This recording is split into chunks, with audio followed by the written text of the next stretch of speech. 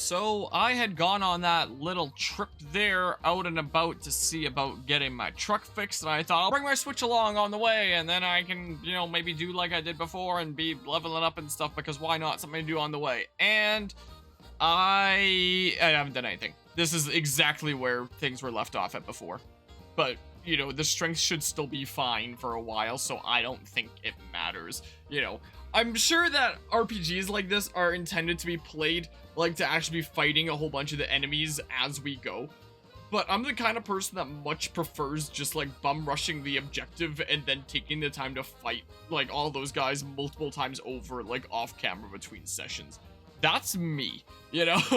That's the way that is. I think I usually use this layout. I don't really know what I'm doing next. I think there's a new thingamabob on the world.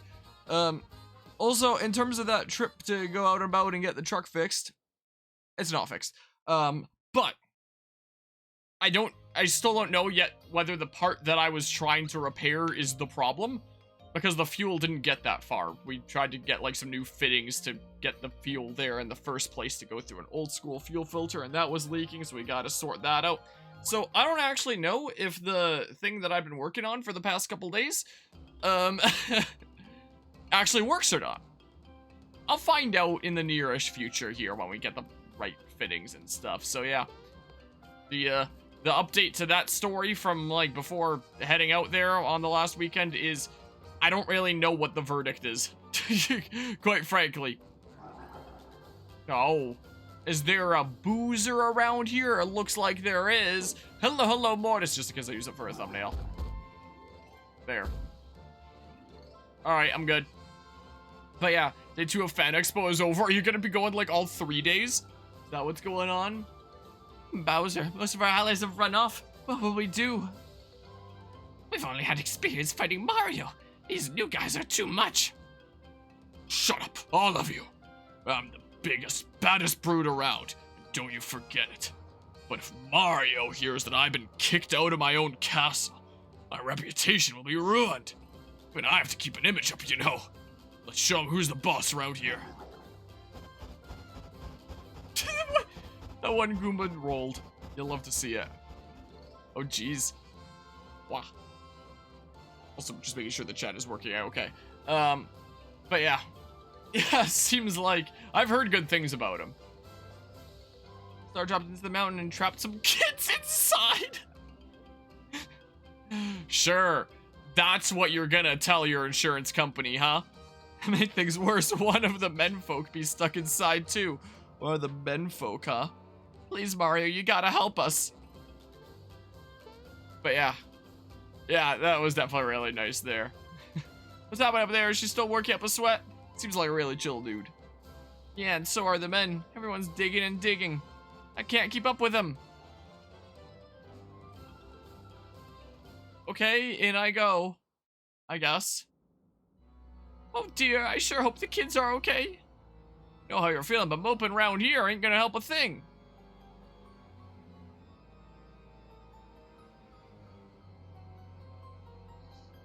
Moonwalk out of here. Oh, there we go.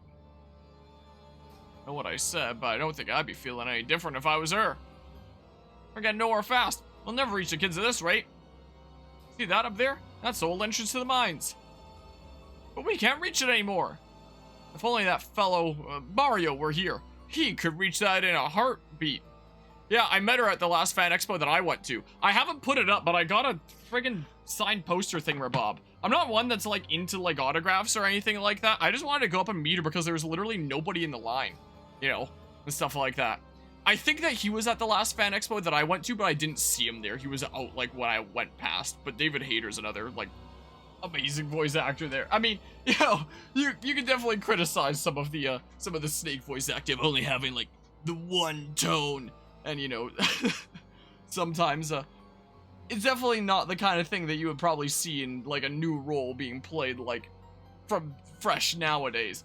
But you know, it's very iconic for what it was, and you know, he I'd say that I did a good job with it. But hold on, I have it in another room here. Let me grab it.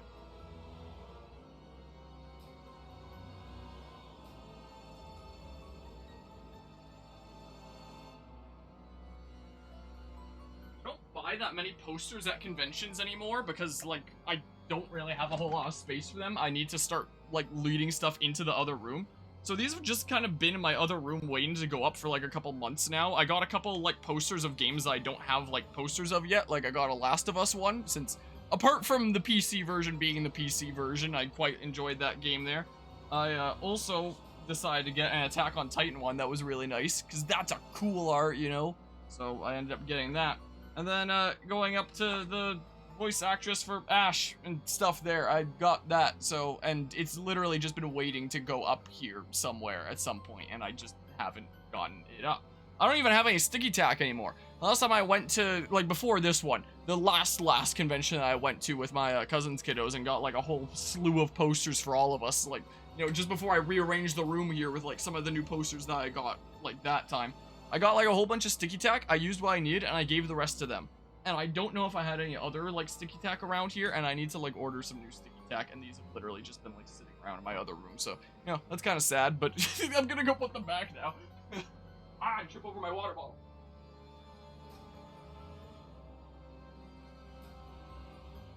So, you know, there's that, but I mean, I've just kind of been sitting once. So, yeah, whoops. I need to get on ordering that sticky tack. I'm so behind on, like, so many things that I should do. You know, I appreciate the 15 bits there, Anima. No, this is Patrick. Like, for example, I've literally had this Master Sword here for, what, like, a couple months now on my to-do list to send to that Nishara nerd. Because a while back, I think, I still haven't even found a place to put them.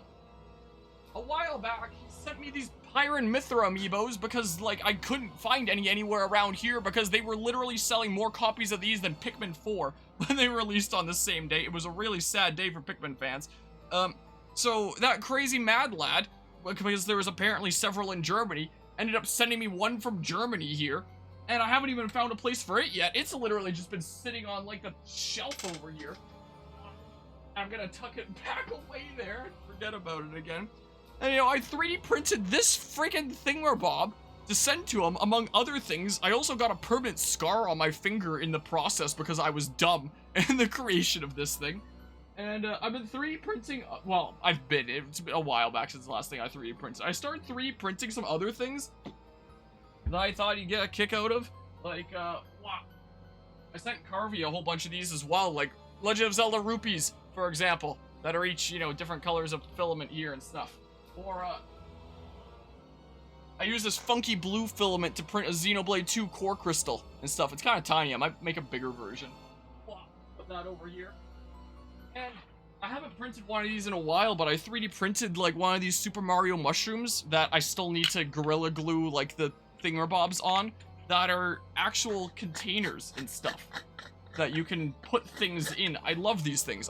My mom has one of these at work. I don't even have one for myself. Maybe I'll print one for myself one of these days, but I was gonna send this to that Nishara nerd. I haven't even gotten around to gluing it, and I printed this like a month ago. And I need to get on, like, finishing printing some stuff and sending it out. My friend from Germany, Finn, that I was doing some stuff at Fragapalooza with, I've been meaning to send him stuff from Guzma. Guzma sent stuff to me to give to him. It got here, like, after he had already gone back to Germany. I've been meaning to send it to him, and I haven't yet, because my parents assumed that I was going to do it, and I assumed they were going to do it, and we sorted that out, and it seems like I'll be doing it, and I still haven't gotten around to it. And man, why can't I do things for people that I know that I should be doing things for?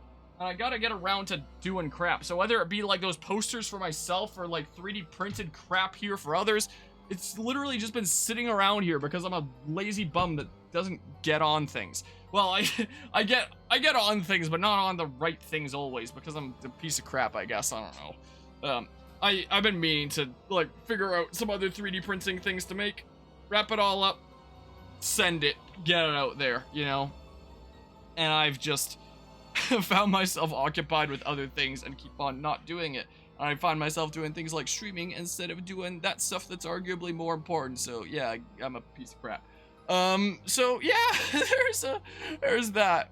But yeah, I actually got a photo shoot with Venom's voice actor. That's pretty cool there. Would that be from the movies or, like, the games? Unless it's the same voice actor for both. Kellen's apparently told the story of how he got the role as Foxy in the FNAF movie and how he recorded the lines. He recorded them on a Samsung Galaxy in a dorm room at a Shakespeare retreat / class he was doing. Huh.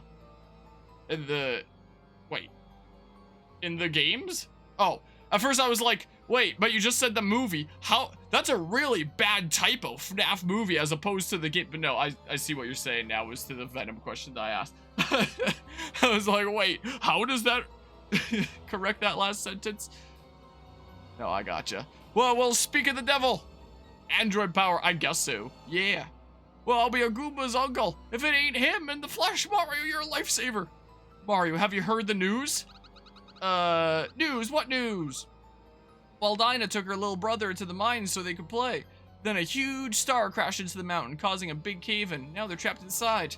Now their daddy, who went looking for him, is trapped too. And this blanket that is on my lap feels like it's double layered somehow, and I don't know how it folds over. I'm getting too warm. There we go, I found it. My goodness. Mario, will he help rescue them? Oh, dang, I meant to say no. Thanks, Mario. Well, there's the entrance up there. Here, hop up on our shoulders. Okay. I did get around to doing some productive thingamabobs today. This month have a aunt and cousin visiting from like the neighboring province, and ended up going to that old school diner earlier today that has like a museum for old vehicles and stuff. That was really cool. From there, I went and tried to fix my truck. Failed. Hi. And from there, I decided to go and try to do some early Christmas shopping and stuff because of Black Friday weekend and stuff like that. And it gets really dark here early at this time of year. So it was like 5 p.m. and it's already nearly pitch black.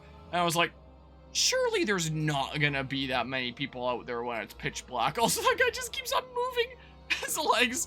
Well, okay. Wasn't there something like this in a Pokemon BDSP?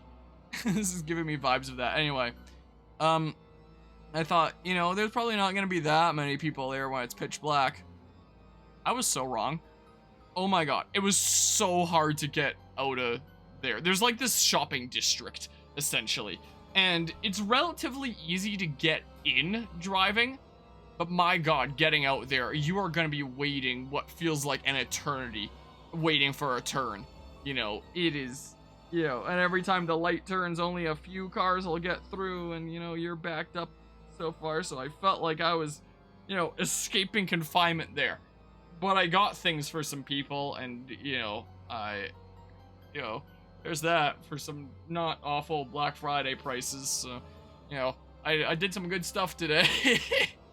But I like that here in Cali as well. And Cali, is it just one day, or does it go through the weekend? Because I know I've talked about, like, Black Friday on streams before in previous years, and a lot of times people in the States will tell me, like, what? You have it go through until Monday? That's unheard of. They never do it here. It's one day only, like the actual Friday. Like here, they typically go through to Monday, sometimes even past like the Monday, you know, so that people have like the chance to come in and get stuff that they want to get without, you know, being completely overwhelmed or, you know, if they're not available on a certain day. But yeah, meant that, oh, the darkness, yes, it does go through Monday. Okay, maybe it's just like certain areas in the States, because I know I've had people tell me before, like, what? No way, one day only. The business is doing it through Monday. That's such an unfathomable idea. Have you heard there's rare items hidden in the mines? If I find any, I'm gonna sell them to someone in town. I'm in it for the money. Enigma. The inner machinations of my mind are an enigma. I completely screwed that up. Gotta learn Gino's timing and stuff.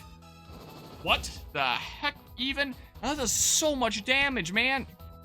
You know, I would definitely say I do kind of like the, I know that this is like, you know, the first Mario RPG that came out and stuff.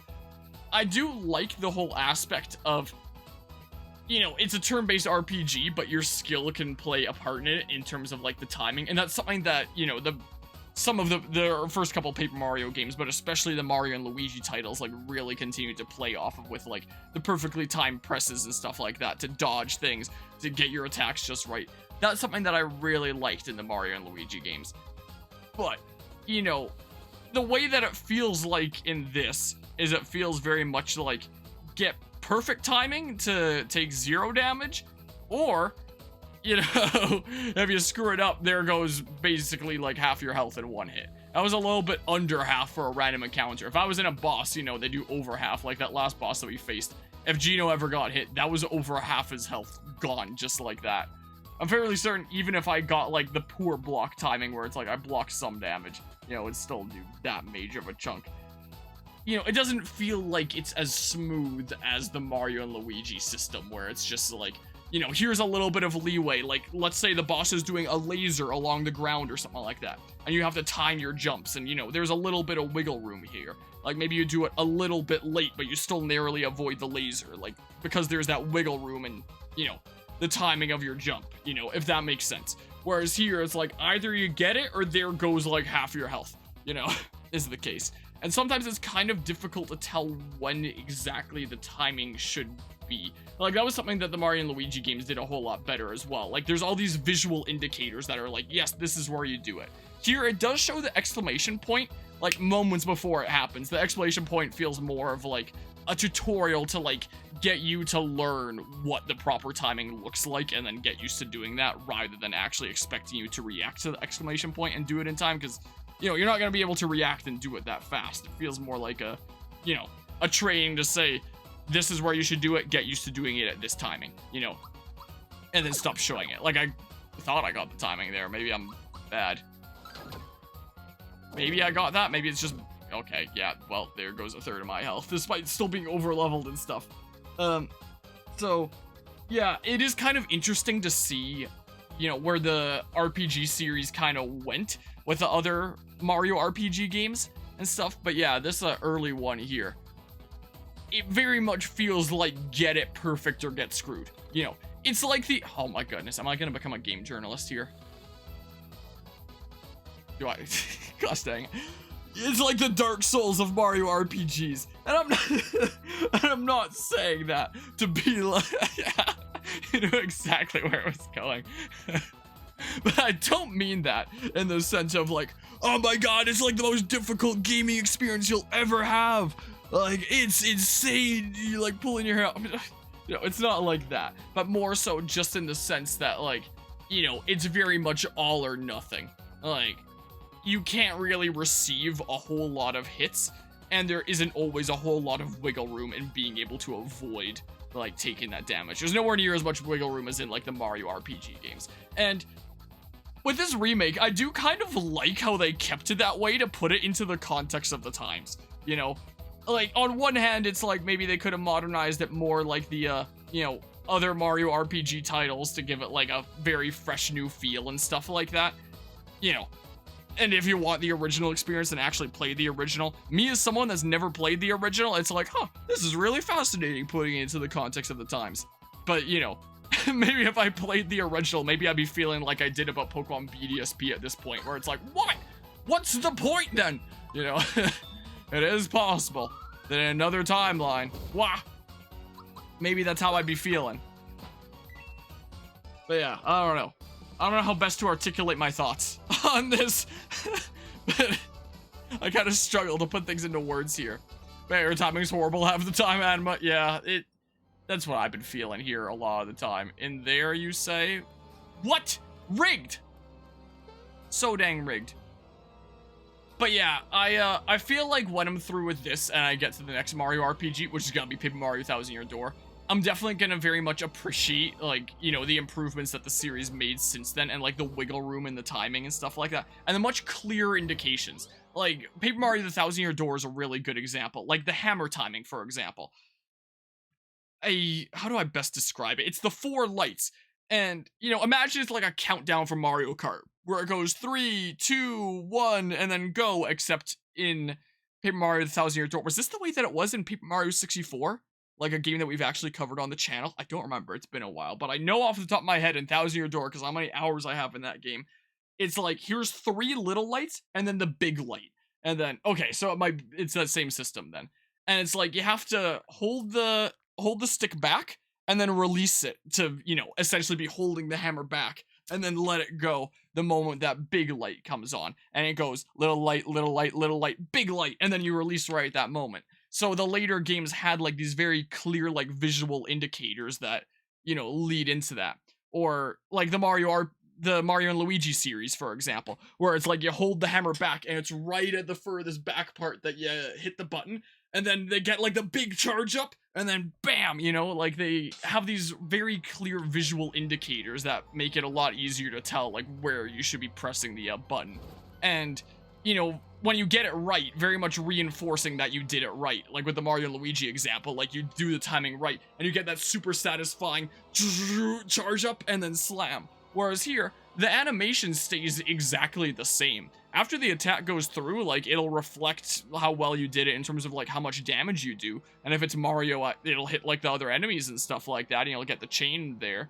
But there's not really anything that changes in the attack animation that reinforces, like, whew, that's a strong attack. That goes into, like, the aesthetic experience of the game there. So, I find it really interesting, like, seeing how the series, well, I say the series, counting like Mario RPGs in general as a series. I guess you could say that Mario and Luigi's a series, Paper Mario's one series, Mario and Rabbids is another series, and this is like a standalone thing.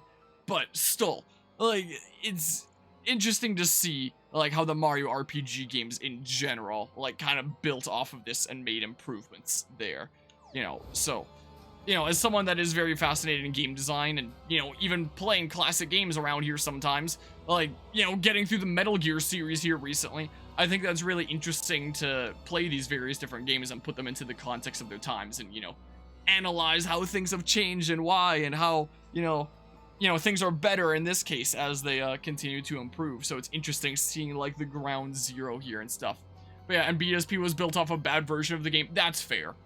That would be like if there was an enhanced version of a Mario RPG later and they remade the original thing. So, you know, there is that aspect too. Mario, you've come to help us out? One problem though, this is a dead end. We need a bomb to blast through here. Think you could find one? Yeah, let's go get Bobbery. Man, is it bad that I tried to swing my hammer there by pressing B because I had Mario and Luigi on the mind? There's a bomb right here. But like, I don't know. Like, was that the right timing?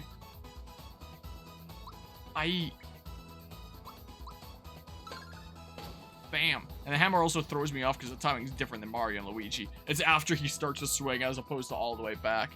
But yeah. Bravely Default 2 capture the bomb? Or is this something, I assume not Bravely Default 2? I assume that stands for something else? Because I'm not quite sure I get the reference, I'm sorry to say. Thunderbolt Zeke! Wow. I mean, yeah, that was a very strong ability. If you're just saying that that's like the bomb. Okay, I guess I didn't get the timing there. It's really hard to tell. Like, if this was Mario and Luigi-ified, it would be Gino, like, arm back, like, charge up, and then right at the moment that there's, like, a flash to signify that's fully charged that you press the button. Catch bomb and throw it. Was that a thing that happened in Bravely Default 2 that I don't remember? Yeah, what? Okay, I screwed that up, apparently.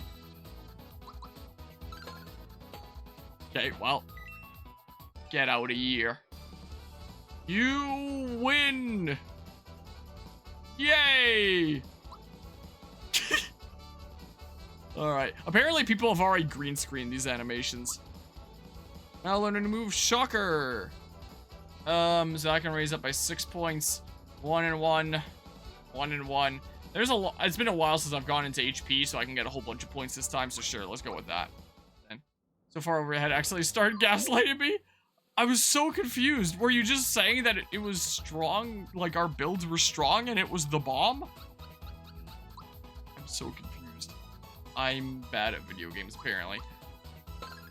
Serious skill issue. Oh. Oh, what? Can I flip you over like this? Nope. Sure can't. Ow, what the heck? Oh, come on! Well, there goes half my health.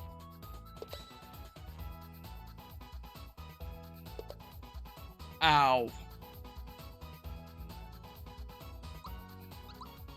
There, I'm out of here. But yeah. Oh, come on! I'm actually playing Pokemon Scarlet and Violet now. Yeah, that's kind of like a Pokemon Ranger-like thingamabob there.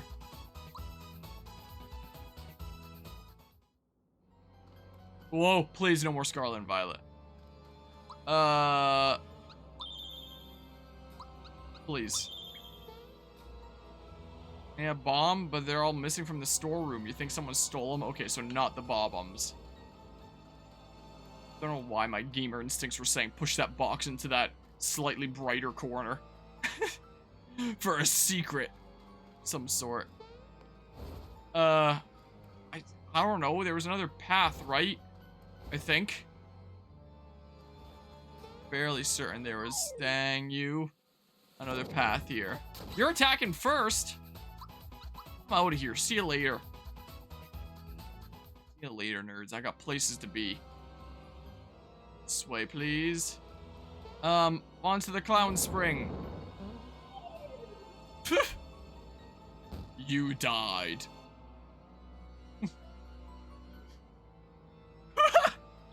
Coins, beautiful coins. Grab the coins. Listen up, let's leave this half-wit Mario here and split. Anyone got a beef with that?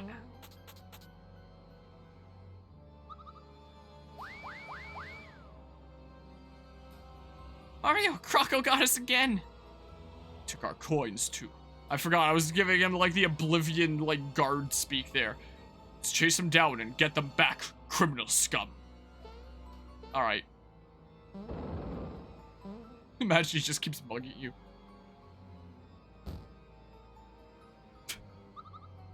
Alright, again. Oh, alright, this way we go.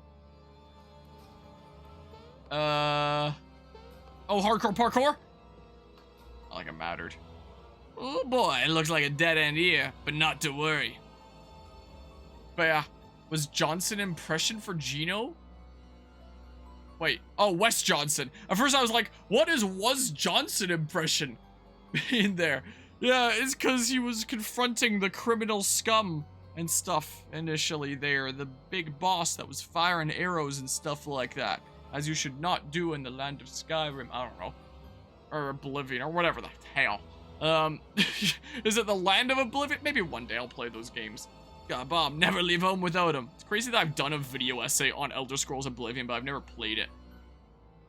Cyrodiil? I don't know what that word means. Alright, so you've got the bombs.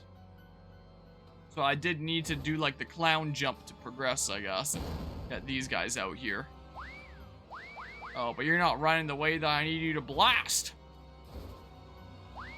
Team Rocket needs to blast off the other way. Oh, I gotcha. Is that then? How many coins did they take even? Nah, I'll save my triple move for the guy. I guess I got the timing? I swear I pressed A there. And when you don't really have any visual indicator of your timing, it's hard to tell exactly how you messed up. Something like Mario and Luigi, you're jumping out of the way of an attack. You can clearly see like whether you jumped too early or too late and use that to learn for next time. Whereas, you know, this is just like sometimes you get it, sometimes you fail. How are you gonna know like which is which visually before the attack lands? Who knows? Go screw yourself. Different times, you know. So yeah, definitely lots of improvements later in different Mario RPG titles and stuff like that. But yeah, Oblivion is an alternate dimension the Daedra carve their realms in, which are also infinite in size. Huh. So this is the Elder Scrolls lore. New move, Super Fireball, so that's 4 points there. I don't know, if it goes up like more than 4 points, then maybe I'll consider doing that. I might just go with like this a lot of the time. That's what I may do. Oh, Mallow there, the... Sure. Just you wait, we'll get you for this. Maybe not today, maybe not tomorrow, but someday. I mean, one of the three of you successfully fled, I'm fairly certain. He didn't have coins on him, but he dropped the flower tab. Yeah, they actually took like all my coins. Flower tab. That's not the flowers that increase my maximum FP, because I'm fairly certain it was at 19 before. Hi. Wow, that's a lot of guys. I guess I got the timing right. I guess I didn't get the timing right. Whoa, teleport's not behind you, but in front of you. Amaiwa Moose Shindaru. That's not the one that I needed to get healed. Dang it! Falcon Punch! It's more like a Little Mac forward tilt. Put honey syrup in the storage box. Or what level is Gino anyway? I never even checked it in the menu, I don't think. Alright, Gino's a little bit lower level compared to my other dudos. I guess new party members don't just automatically become the level of your other party members. They'll just be whatever level they come at. Sure, I'll do this for now. Just you wait, we'll get you for this. Maybe not today, maybe not tomorrow, but someday. Have coins on, but you dropped a flower tab. I don't know what these are.